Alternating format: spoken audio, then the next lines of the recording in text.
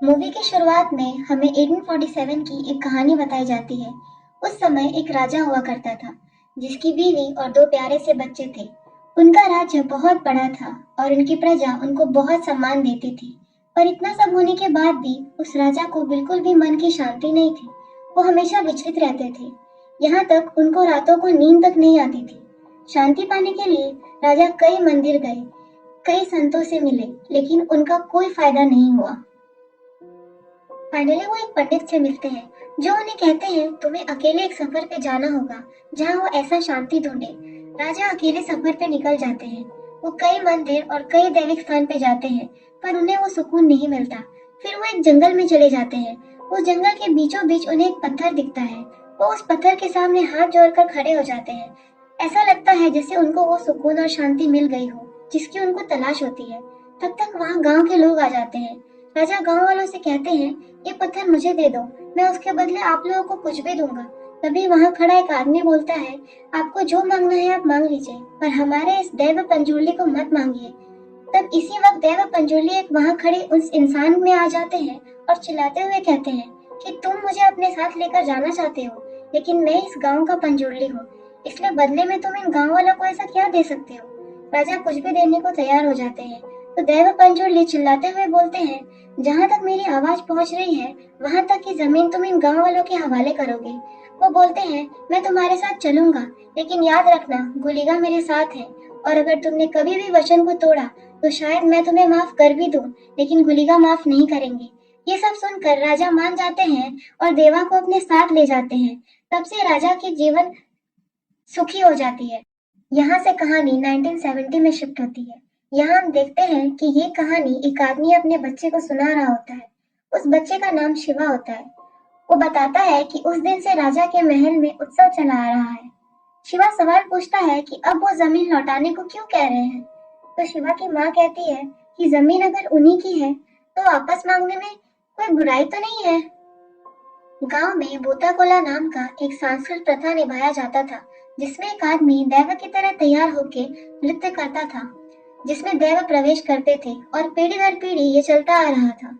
शिवा के पिताजी दैव की तरह तैयार होकर ये नृत्य कर रहे होते हैं और गांव वाले बड़े ही उत्साह से ये सब देख रहे होते हैं।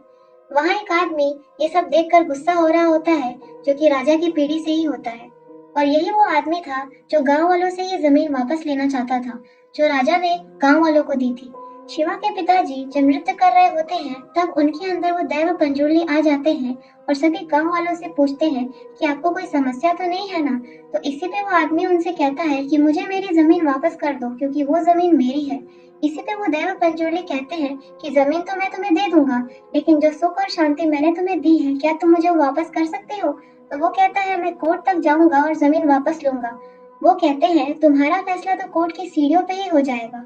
इस पे वो आदमी कहता है कि ये नृत्य करने वाला बोल रहा है या सच में कोई दैव पंजोली है भी। वो बोलते हैं, आज के बाद अगर मैं तुम्हें दिख गया तो मैं मामूली इंसान हूँ, वरना दैव पंचोली हूँ। इसमें वो दैव पंचोली वहां से जंगल की तरफ भागते हैं और उनके पीछे शिवा और सभी गांव वाले भागते हैं। जंगल के बीचों बीच पहुंचने के बाद दैव पंजोली वहां से गायब हो जाते हैं। यह देखकर सबको यकीन हो जाता है कि शिवा के पिताजी के अंदर सच में दैव पंजोली आते थे। दैव पंजोली ने जैसा कहा होता है एग्जैक्टली वैसा ही होता है। वो आदमी कोर्ट की सीढ़ियों पे ही मर जाता है। कहानी यहाँ से 1990 में शिफ्ट होती है, जहाँ शिवा बड़ा हो चुका है और यहाँ कंबाला हो रहा होता है। कंबाला एक बफेलो रेस होता है, उसमें शिवा भी पार्टिसिपेट करते हुए नजर आता है। उस रेस में शॉर्टेस्ट टाइम में जो लाइन क्रॉस करेगा वो जीत जाएगा। शिवा काफी अच्छा परफॉर्म करता है और जीतना भी उसी को चाहिए था, लेकिन वहाँ के लैंडलॉर्ड के बफेलो को चीटिंग करके जिता दिया जाता है। इसी वजह से शिवा उनसे भिड़ जाता है और काफी ज्यादा लड़ाई होती है, पर लैंडलॉर्ड शिवा को ही पुरस्कार देते हैं। शिवा कोई काम धंधा करता नहीं था, सिर्फ अपने दोस्तों के साथ घूमता रहता था। इसी बात पे शिवा की माँ उस पे काफी गुस्सा होती थी। शिवा काफी गुस्से वाला था, कभी किसी के आगे झुकता नहीं था। शिवा की माँ उससे बहुत परेशान रहती थी। एक दिन शिवा अपने दोस्तों के साथ मिलकर सुअर का शिकार करने का प्लान बनाता है। रात होने पर वो सभी शिकार पे जाते हैं और शिवा को एक सुअर दिखाई देता है। वो सुअर काफी अलग था। उस सुअर ने बहुत सी आभूषण पहन रखी थी। रात होने पर शिवा को एक सपना आता है और सपने में भी वही सुअर उसे घूर रहा होता है। वो इसी सपने से इतना डर जाता है कि जाके अपनी माँ के बाजू में सो जाता है। अब हम नेक्स्ट सीन में फॉरेस्ट ऑफिशियल मुरली को देखते हैं, जिससे उसके सीनियर ऑफिसर्स बताते हैं कि कल जंगल में शिकार करने कोई गया था और उन्हें दैव का आभूषण भी मिला है, जो काफी साल पुराना है। ये वही आभूषण था जो उस सुअर ने पहन रखा था। अब हम देखते हैं कि भूता कोला मनाने का समय आ जाता है और गांव वाले उसी की तैयारी में जुटे हुए होते हैं। इस साल कोला का नृत्य शिवा का चचेरा भाई गुरुआ परफॉर्म करता है, क्योंकि शिवा को ये करने का मन नहीं होता और कोला वही कर सकता है जो मन का साफ हो और रस्मों को मानता हो। प्रथा के हिसाब से ये कोला का नृत्य शिवा को करना चाहिए था, क्योंकि उसके पिताजी करते थे। शिवा का चाल चलन ठीक ना होने पर वो नहीं करता था। कोला के उत्सव में हम एक लीला नाम की लड़की को देखते हैं, जिसको शिवा बचपन से ही पसंद करता था। वो अपनी फॉरेस्ट की ट्रेनिंग कर कर वापस गांव आ गई होती है। उसे देखते ही शिवा उस पे डोरे डालना शुरू कर देता है।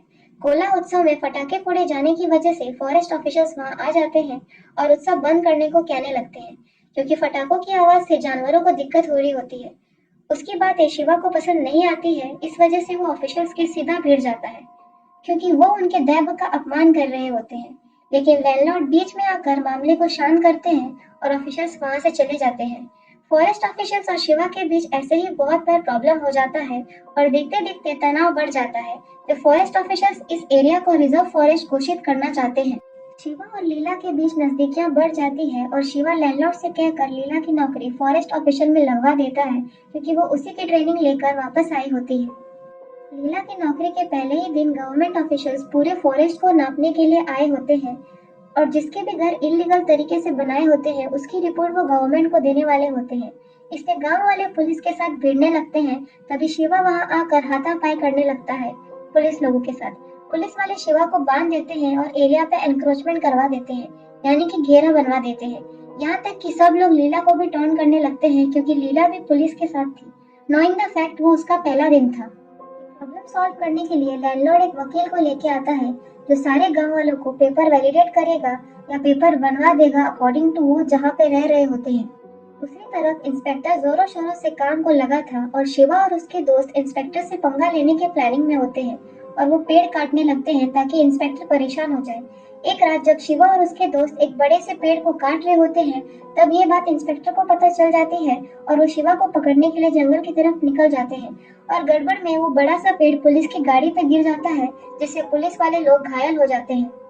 इस घटना से शिवा और उसके दोस्तों पे अटेम्प्ट टू मर्डर का चार्ज लग जाता है। इस वजह से वो अपने दोस्तों के साथ जंगल में छुप के रहने लगता है। शिवा छुप कर गाँव आता है ताकि कोई उसे पकड़ न ले। ऐसा ही एक बार वो गाँव आता है लीला से मिलने और पुलिस उसे पकड़ लेती है और पुलिस उसके साथियों के साथ उसे भी जेल में डाल देती है।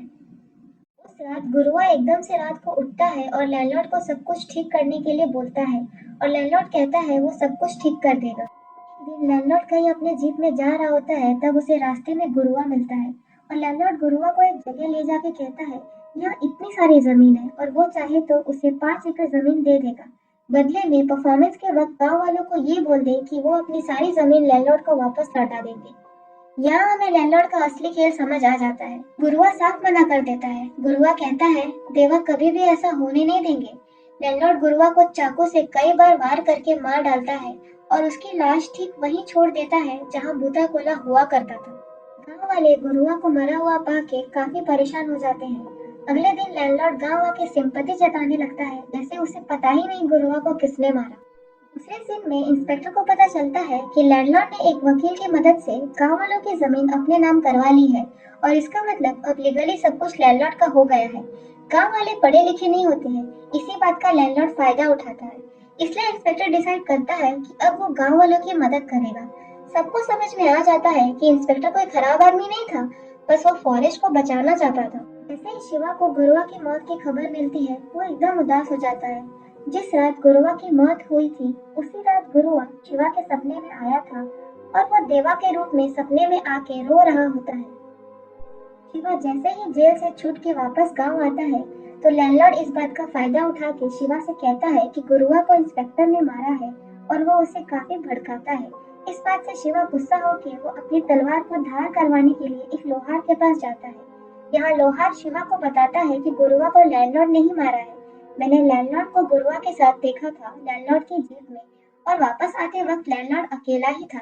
ये सारी बातें लैंडलॉर्ड के आदमी सुन लेते हैं और वो सब शिवा पे हमला कर देते हैं। शिवा उन लैंडलॉर्ड के आदमी लोगों को देखकर कंफर्म हो जाता है कि गुरुआ को लैंडलॉर्ड नहीं मारा है। यहाँ एक फाइट सीन दिखाई गई है शिवा और लैंडलॉर्ड के आदमियों के बीच। शिवा उन सब पे बहुत भारी पड़ता है। शिवा वहां से सीधा लैंडलॉर्ड के घर जाता है और वो वहां जाके लैंडलॉर्ड को धमकाता है। वहां से शिवा बाइक पे जा रहा होता है, तभी उसे रास्ते में देवा दिखते हैं और उसका बाइक से एक्सीडेंट हो जाता है। उसके बाद शिवा मशाल लेके जंगल जा रहा होता है, तभी उसे फिर से वही सुअर दिखाई देता है जिसने वो आभूषण पहने होते हैं, और वो उस सुअर का पीछा करते हुए शिवा उसी जगह पहुंच जाता है जहां से उसके पिताजी गायब हुए थे। यहाँ से शिवा गांव पहुंचता है और वो काफी शांत सा दिखाई दे रहा होता है, और वो गांव वालों को बता देता है कि गुरुआ को लैंडलॉर्ड नहीं मारा है। वहां पे इंस्पेक्टर पूरे गांव वालों को समझाता है कि अगर ये जमीन रिजर्व फॉरेस्ट बना दिया तो ये लैंडलॉर्ड कभी नहीं हो पाएगा। आप लोग अपनी जमीन के लिए कोर्ट में अपील करके अपना जगह वापस ले सकते हैं, और इसमें मैं आप लोगों की मदद करूंगा। दूसरी तरफ लैंडलॉर्ड काफी आदमियों को इकट्ठा करके गांव वालों को मारने का प्लान बना लेता है और वो गांव वालों पे अटैक कर देता है। दूसरी तरफ गांव वाले भी भिड़ जाते हैं और काफी बड़ा फाइट दिखाया गया है। गांव वालों की मदद इंस्पेक्टर भी करता है। काफी लोग दोनों तरफ से मारे जाते हैं और ये फाइट लैंडलॉर्ड काफी एंजॉय कर रहा होता है। इनफैक्ट लैंडलॉर्ड अपने आदमियों को तक मार देता है। शिवा लैंडलॉर्ड को मारने के लिए आ रहा होता है, तभी लैंडलॉर्ड का एक आदमी शिवा की गर्दन पकड़कर उसे हवा में लटका के फेंक देता है। उस पॉइंट पे लगता है कि शिवा मारा जा चुका है। शिवा के मौत के साथ वो अपनी जीत घोषित करता है और गांव वालों को धमकाना चालू कर देता है। शिवा अचानक से उठ जाता है और उसके शरीर में देवा घुस जाते हैं। देवा चिल्लाने लगते हैं। शिवा पूरी तरीके से देवा के कंट्रोल में होता है।